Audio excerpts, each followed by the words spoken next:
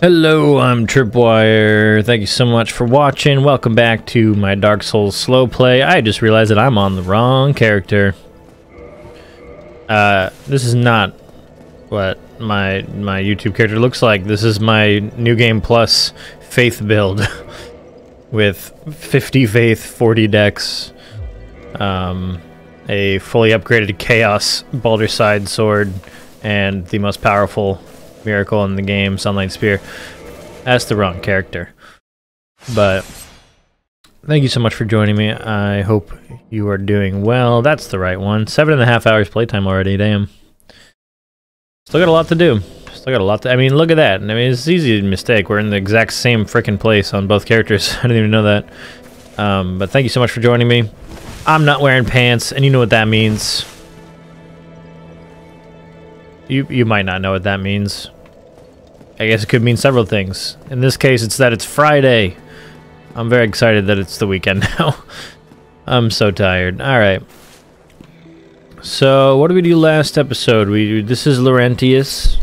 We talked to him already. I upgraded my Pyromancer's Flame for no damn reason. We got framped there. I'm sorry. It was a long day at work. I am not sure what I did last. I should have watched my most recent video. I know that we defeated the Ornstein in the Smo. We've got the ability to warp. I was talking about potentially doing the Painted World, but I think I'm going to leave that for another time. So, actually, I think it might be time for us to go and tackle Sif, because now we have unlocked access to the Lord Soul bosses, and one of the Lord Soul bosses can only be fought if you have the ring that Sif drops, which we do not have. We do have the Cat Covenant ring, which will allow us to, I mean, we're part of the Forest Hunter Covenant, so that'll allow us to go back to Sif very easily, so it's not a bad time to do it. So let's go ahead and warp to the Undead Parish. And, you know, I think it's probably a good idea for me to do Dark Route, well, the lower section of Dark Route for the Sif fight into Spooky Town, because Spooky Town is where we're going to find the very large Ember, as I mentioned before, and we could keep upgrading our Claymore if we want to go that route. Although, this was supposed to be a strength build. I am all over the place tonight, I apologize. This is only my second week of work. I'm still adjusting to working again. I'm adjusting to the schedule I'm on. This is a much more active job than I've had in the past. I've always done like office work before, and this one is production, so it's just much more up and down and back and forth, and it's just more tiring. And then today in particular, they had me on a different assembly line than I was used to being on, so a bit more to learn, working with different people. And we were also short-staffed, so I had to run like both zones of the line for a while by myself, and I'm drained from the week, man. The days weren't bad; they were just long. Owie, you're a dickhole. Whoa, good lag. Okay. So yeah, the job is not still. It's like it was stressful in the way that I'm still learning, and I just kind of feel like I'm running around, and like everybody around me, when something goes wrong, or like when one of the machines has an error, everybody around me knows exactly what the problem is a lot faster than I do, and I just feel like I'm kind of scrambling as a result of that. But the job is still good. I'm not going to use the Soul of a Hero for that. Let's go ahead and use this one, though. Okay, that wasn't quite enough. I just noticed we're close to a level up here. Level up. So go with a little bit HP. So anyway, we're gonna head back down. Remember, I showed you guys the entryway, or not the entryway, that's a weird way to put it, the path down to the Sif boss fog door. And notice these guys are not aggressive anymore because we are part of the Forest Hunter Covenant. You got something in your eye, dude? You sure blink a lot. So these guys are now non-hostile, which is great. If I decide to include it in the series, like I said, we will kill the ninja. He drops a ring called the Darkwood Grain Ring, which changes your dodge behavior if you're under a certain threshold for weight. It actually turns it into a front flip, which is awesome. And it also has additional iframes, so you're actually going to dodge attacks more effectively if you're wielding that ring. So it's definitely cool to have. I mean, the flip looks amazing. So I'm actually going to re-equip that pine resin I took off earlier for no reason. Now that I've decided that we're going to be fighting Sif, because Sif is slightly weak to fire. You're not going to notice a huge difference, but we might as well put it on there. So there's the door. Now, Sif is an interesting boss fight. It's not super difficult. Like, he does really good damage against you, but it's not super difficult to learn the attacks and learn how to dodge. And again, if you have a high stability shield that blocks 100% of physical, you can block his attacks pretty effectively. No key required for this door, you just open it. You had a key, you needed the key to access the entire area, so none necessary for this door. So this is the boss arena here, just a wide open field. But before we trigger the fight, which is done, so you do so by walking up to that sword, we're going to go around the back side of the headstone here. So Sif's an interesting fight in the lore, mostly for lore and story reasons, because the reason that Sif fights you is because he's protecting the grave of his master. This is the grave of the late, great knight Artorias. Artorias the Abyss Walker. And this is Artorias' sword, and it's also what Sif will pick up and wield in his mouth and use against us. And this fight's very sad because Sif is a giant gray wolf, aka a giant gray dog-looking creature, and he's fighting for honorable reasons. He's loyal to his master, and he wants to protect his grave. That's the only reason that he's fighting us. It's not because he wants us to not be alive, like everything else in this freaking game. It's because he wants to protect his master's resting place. And Artorias is also a very important story character in general, which we'll see even more of once we get into the DLC, because the DLC is actually about how Artorias was consumed by the Abyss while trying to fight it back when this was the land of Ulasil, before it was called Darkroot. So it's a really great little story point. It's very sad. Nobody wants to fight Sif, but you have to. It's a required boss fight because he has that ring that we need to progress through the game. Yeah, it's a bummer. It's a sad fight. It's a sad fight. But it's not particularly difficult, which is good. And he also gives you 40,000 souls. And I had something else I was going to say, and I'm blanking on it now. Damn me and my state of tiredness. Rubbing my eyes, that'll help. So, what I was going to say was the DLC even has a part in it, a hidden side path down in the Abyss, where you can encounter Sif as a puppy. Because, again, the DLC is in the past. So, it's interesting because if you go and do the DLC before doing this encounter, you'll actually get a different cutscene here before the fight starts.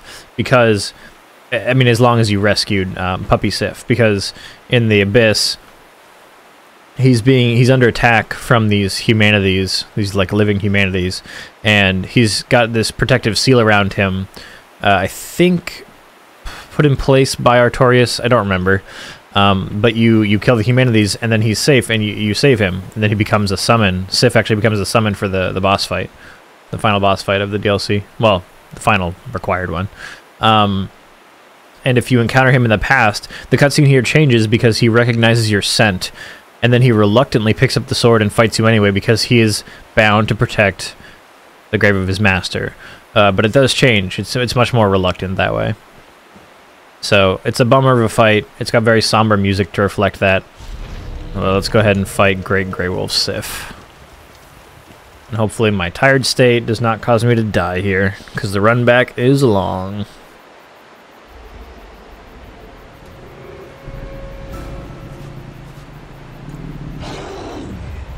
So in the cutscene after the DLC, he would hesitate there, instead of just charging right in.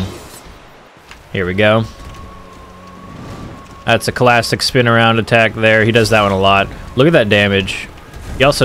He's very agile, but the more damage you do to him, the less agile he becomes. You'll notice standing under his legs is your best bet.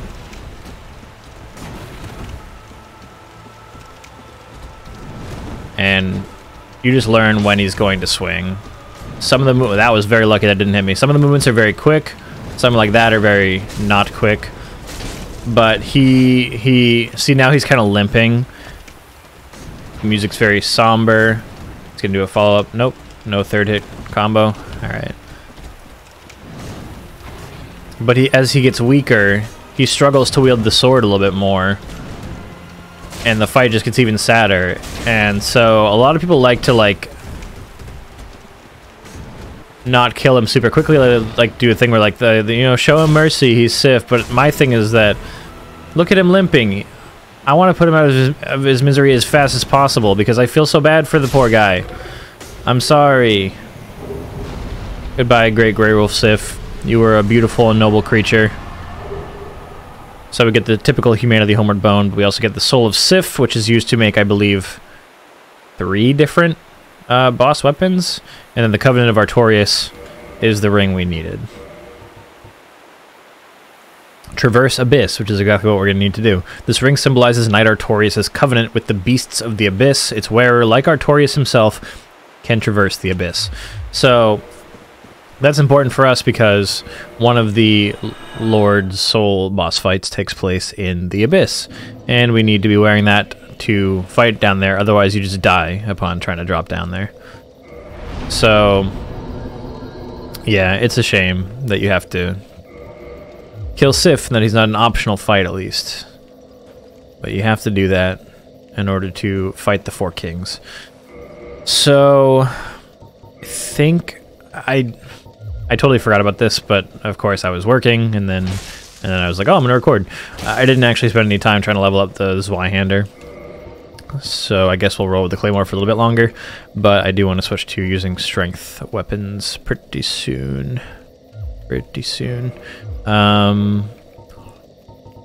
So we've got the Zweihander, which I think is probably what I'll end up rolling with, because the only other options are the Dragon King Great Axe, which requires 50 strength, and the Dragon Tooth, which I can wield with 2 hands, but I don't really like... I don't know, I don't like the feel of it as much from the other day when we were in Anne Orlando. Yeah, so I think Zwei is what I'm going to go with. Oh, right, we can freaking warp now. Let's do that.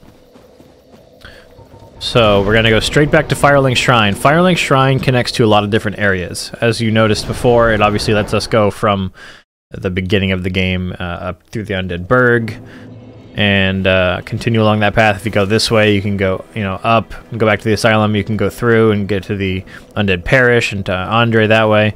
And then down it connects to Blighttown and the Valley of the Drakes.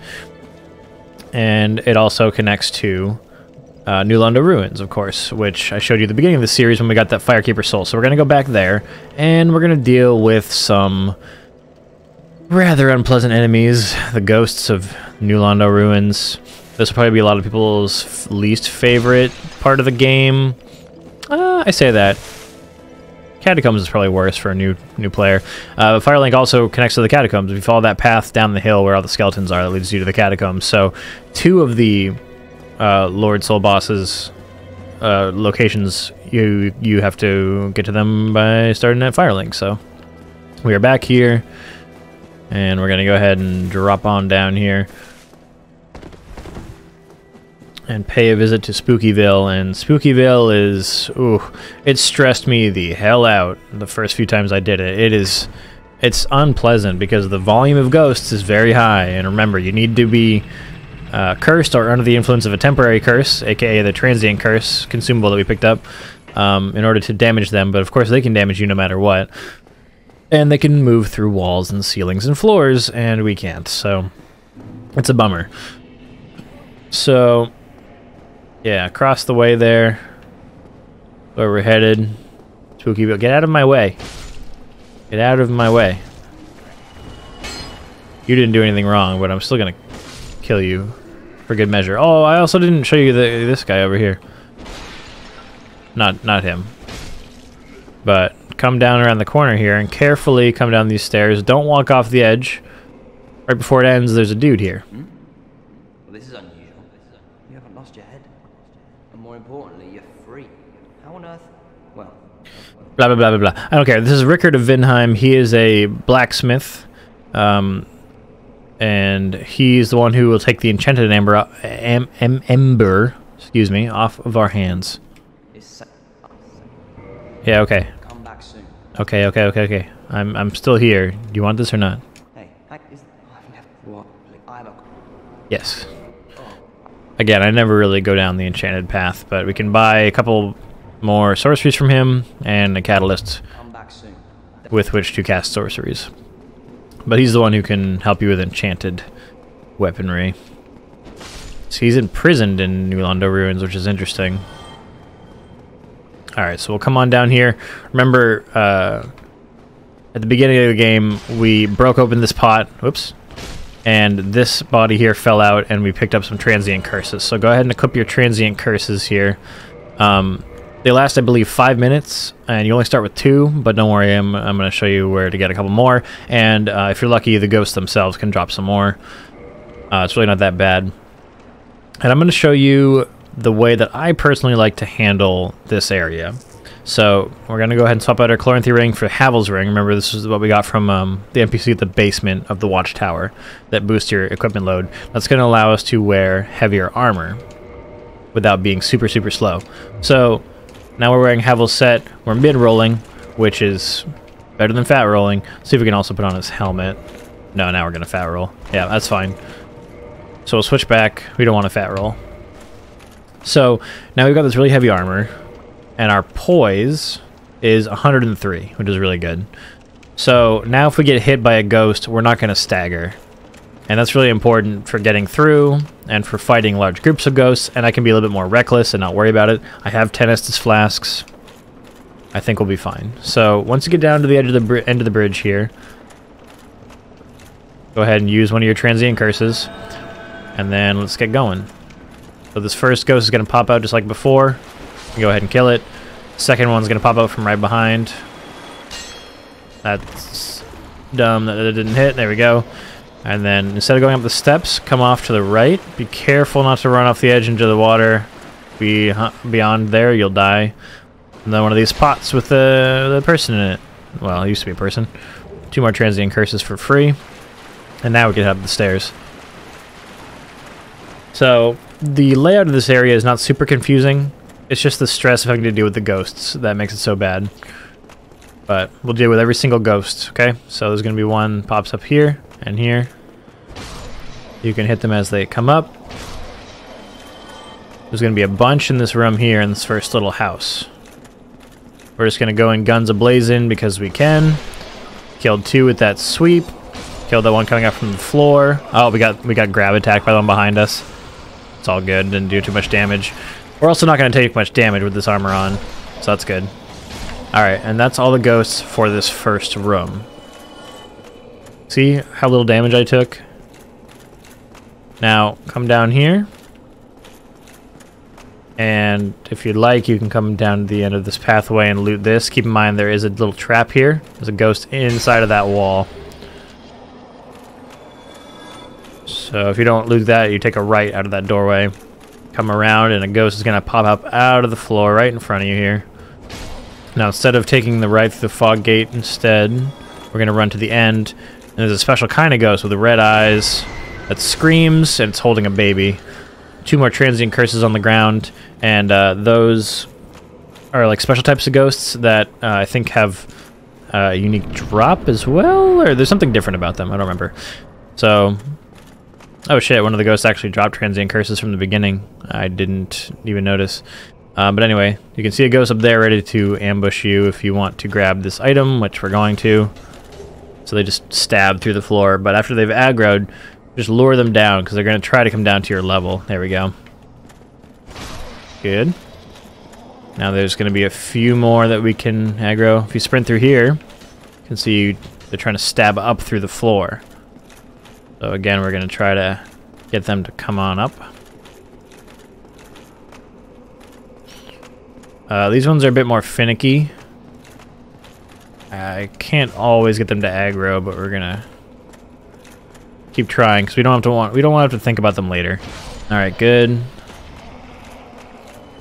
And remember, being careful and taking your time and taking a long time to get through this area is totally fine. You've got a lot of free transient curses, as I've shown you. The ghosts can drop them. And remember that a death will reset enemies just like resting at a bonfire will. So all the progress you've made killing ghosts is going to be reset if you die. So be very careful.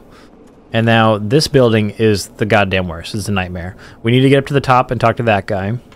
There's a ton of ghosts. So because we're wearing this awesome armor, we're just going to sprint in and start killing ghosts like we're the goddamn Ghostbusters. Kill the Screamy Boy first,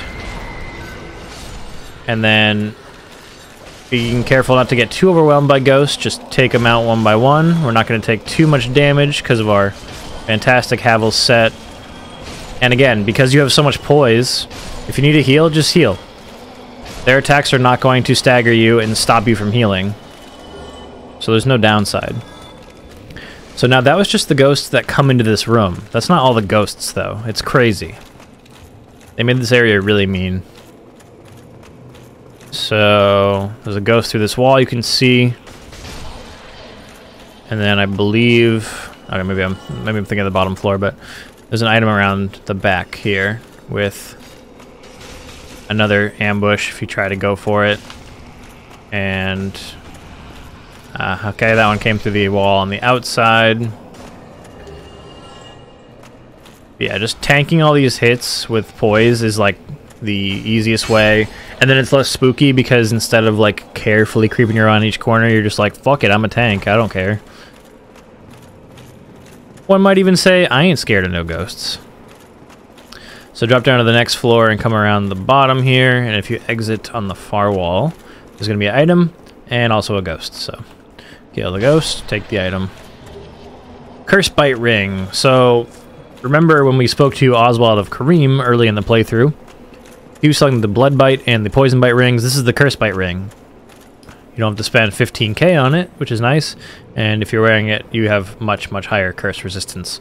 An alternative way to deal with this area that I know a lot of people like is instead of running straight into that room, so I know this could be confusing, so this is where we came from, right? There's the walkway we came from.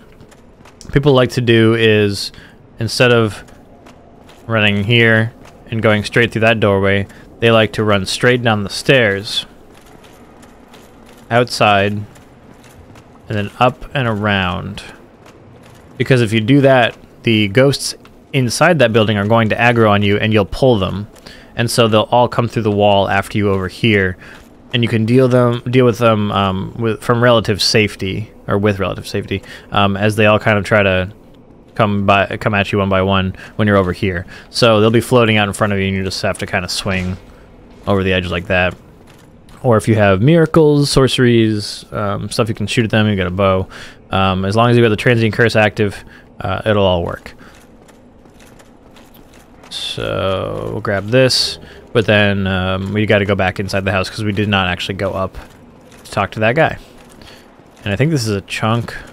No, it's a green shard. It's kind of weird that a green shard is here. But as you can see, didn't pose too much trouble. We took out those ghosts in pretty short order. This is one of the main reasons I like to pick up Havel's set and his ring every playthrough, just so I can easy peasy get through New Londo. This place kind of be sucking, you know? Alright, so you come up to the top. No ghosts will attack you while you're up here because you have to interact with an NPC. Hello. Well, this is a surprise. I get few visitors. Save for ghosts, you have the Lord Vessel. Very impressive. I know exactly what your intentions are. You seek the four kings whom I guard over. This is the key to the seal. Thank you. The four kings slumber in the deepest chamber of the ruins. Use this key to break the seal and open the floodgates. Oh, and do not forget, the dark wraiths reside in a dark void called the Abyss. But the Abyss is no place for ordinary mortals. Although, Long ago, the knight Artorius traversed the abyss. If you can find him and learn from him, the abyss may prove surmountable. That's like not explicit, but that's the game's way of telling you you need to find the Covenant of Artorius in order to traverse the abyss. And so he just gave us the key to the seal, which we need to drain the water out of the lower section of New Londo and access the Four Kings boss fight. Also, an interesting lore point is that it's called the Key to the Seal, and remember we had the crimson robes that he wears from Blighttown, which are the robes of the Sealers. The crimson robes worn by the Sealers, aka this guy, and the other, I think there were 4 of them. They're the people who made the decision and went through the, like, taking the action to seal New Londo. Because I can't quite remember what happened here, but it was bad. Robe of the sorcerers who flooded New Londo to seal away the Dark Wraiths, and the 4 kings who descended into Dark. The Sealers were once known as Healers, and the bright crimson was a symbol of that. So yeah, they're the ones who sealed off the city and flooded it to contain the Dark Wraiths. So now we have the key to the seal. We will go back outside, and once we've done that, we're gonna wrap up the episode, I think. I don't think I'm going to fight the 4 kings right away, but I will at least, in the next episode, show you how to get through the lower section of New Londo, and we're going to grab the Ember. So, come to this tower at the end here, and this is the gate that you need the key to unlock, and then just use the lever like you figured out how to do in Orlando. Same type of lever. Now we are opening the gate, letting the water out. Them water graphics, though.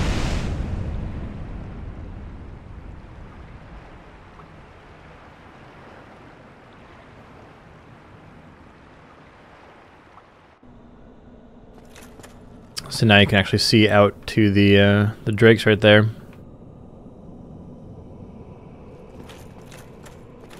Alright, and before we wrap things up, if you actually go up instead of down, you can grab the best bow in the game. Right out here is the composite bow. And some arrows. So definitely pick that up. I think it has a higher dexterity requirement to use, but it does better damage, and I believe it fires faster. Yeah, I will see you guys in the next episode. Thank you so much for watching. I'm tired.